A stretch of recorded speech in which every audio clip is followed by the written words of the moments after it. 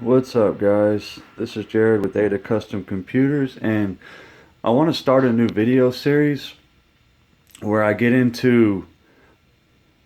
more in depth into the mods and some of the paint work that I do, and it'd probably be more along the lines of tutorials and just kind of showing you guys some of the nuances that are involved in doing a paint project and doing a custom build, because I feel like there's not a whole lot of information out there as far as how and why you do particular things. And that's something I'd like to actually educate more people about and get more people involved in, because I actually love doing this. I mean, it's a labor of love. You're going to be putting a lot of hours into it, and it's at first you're not going to see any results, but you just got to kind of picture it in your mind about how you want it to turn out, and then just follow the process. I mean, the process is the most fun part for me. Like, I'm the type of person that I'm having a blast while I'm doing all this stuff, but then once the project's finished, I'm like, I'm ready to roll into the next one. So if you're of a like mindset, then this is actually going to be a good series for you. I also want to prove a point that it doesn't matter if you're using a 2K product like this House of Color pearl base coat right here, this Snow White Pearl, or if you're using something like a rattle can, like this here Rust-Oleum clean metal metallic aluminum primer, or not aluminum paint. It doesn't matter. You can get professional quality results no matter what kind of product you're using. You just have to take your time, and you just have to be really, really picky about it, and don't be afraid to screw up, because the worst thing that happens if you screw up, you just wasted time and you've got to start over. So, I mean, sometimes it pays to be ultra picky and to not be satisfied. Like, it has to be perfect.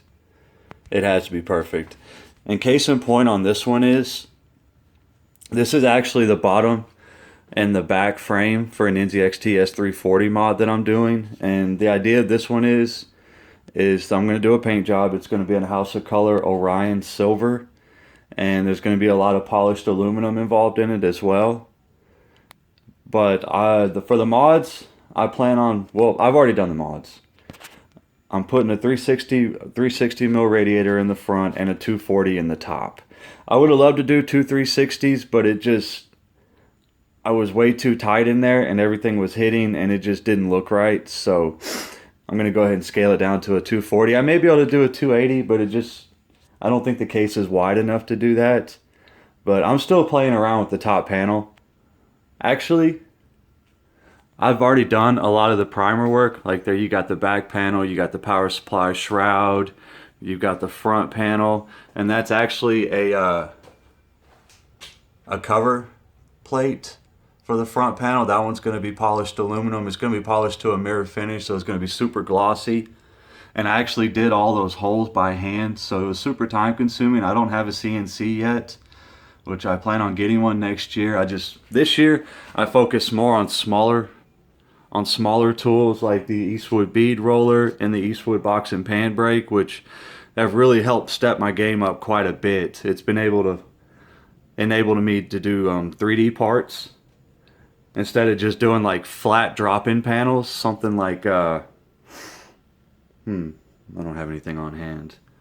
But yeah, normally you do like a flat drop-in panel and then you mount your radiator to it. On this one, I'm actually able to do like 1/8 inch offsets, which kind of pushes the radiator down in there a little bit, so it gives me more room to play around with, maybe putting fans on the outside of the case and freeing up some room on the inside. And it enables you to do so much more when you're modding.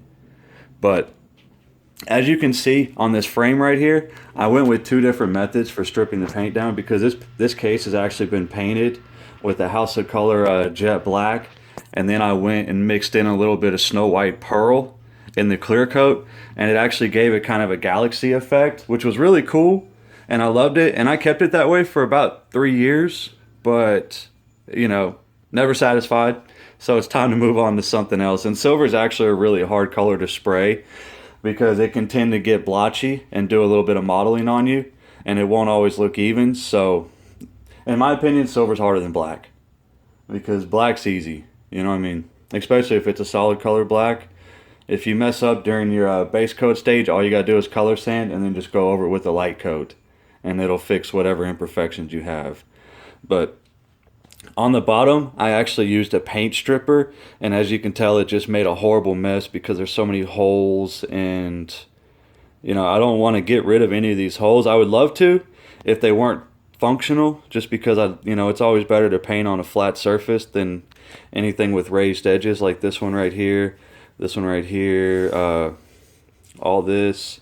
But these are actually all functional, so unfortunately I'm gonna have to keep them. So what I've been doing is I actually go in there with 100 grit sandpaper. This is 3M. It's kind of more plastic on the back, and I actually love this product because you can wet sand it or dry sand it, and it just doesn't wear out that fast. To me, it doesn't. As traditional paper will get wet and it'll get clogged up, or when you're running it dry, it'll get clogged up as well. So I tend to go through less of this than I do anything else. And the good thing is it goes all the way down to 100 and all the way up to 320. So yeah, that definitely makes it a little easier to get in these tight little corners, like right in here.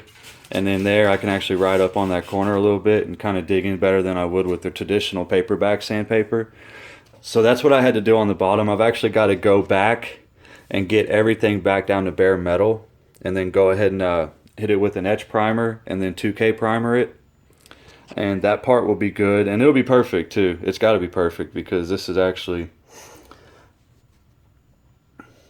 a part of the frame of the case, so I can't put a cover panel on it or anything like that. I don't intend on doing it, but anyways, as you can tell, this, I actually just sanded it back with 100 grit, and you could see how much flatter it is. So I don't always recommend using paint strippers, and this is actually something that worked against me, but I wanted to try it, and yeah, I'll never do it again though. I went ahead and just dry sanded this part right here with 100 grit sandpaper, and I think I've actually got a better result than I did using the stripper, because the stripper made a mess. I mean, don't get me wrong, the stripper is great to use on big panels like this one right here, where it's just one solid flat surface. You can put the stripper on and then literally just scrape it off and work the smaller parts that the stripper didn't reach by hand. But for something like this that has a lot of grooves and a lot of intricate detail, yeah, that stripper is just going to make a horrible mess. So I don't recommend doing that.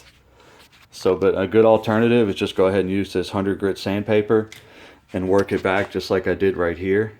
And as you can tell, there's really only a few spots I've got to touch up on, but for the most part, it's actually flat.